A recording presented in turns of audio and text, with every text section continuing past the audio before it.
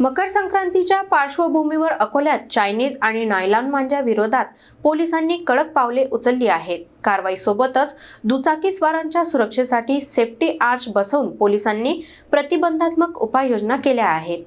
मकर संक्रांतीच्या काळात चायनीज आणि नायलॉन मांजामुळे होणाऱ्या अपघातांना आळा घालण्यासाठी मूर्तिजापूर शहर पोलिसांनी विशेष रस्ता सुरक्षा मोहीम हाती घेतली आहे। बंदी असतानाही काही ठिकाणी मांजाची विक्री आणि वापर सुरू असल्याची माहिती मिळाल्यानंतर पोलिसांनी ऑपरेशन प्रहार अंतर्गत आक्रमक कारवाई केली। या मोहिमेत चायनीज मांजाचा साठा व वापर करणाऱ्या 3 आरोपींवर गुन्हे दाखल करण्यात आले आहेत।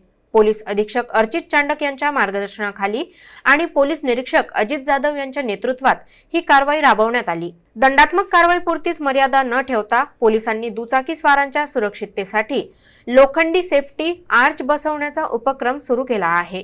या आर्चमुळे गळा, चेहरा आणि डोळ्यांना होणाऱ्या गंभीर दुखापती टाळण्यास मदत होणार आहे। छत्रपती शिवाजी महाराज चौक येथे हा उपक्रम पोलीस अधिकारी, कर्मचारी आणि पत्रकारांच्या उपस्थितीत राबवण्यात आला।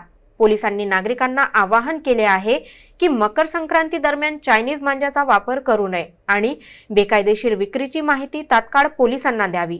ही मोहीम नागरिकांच्या जीवित सुरक्षेसाठी महत्त्वाची ठरत असून पोलिसांच्या सक्रिय भूमिकेचे सर्वत्र स्वागत होत आहे।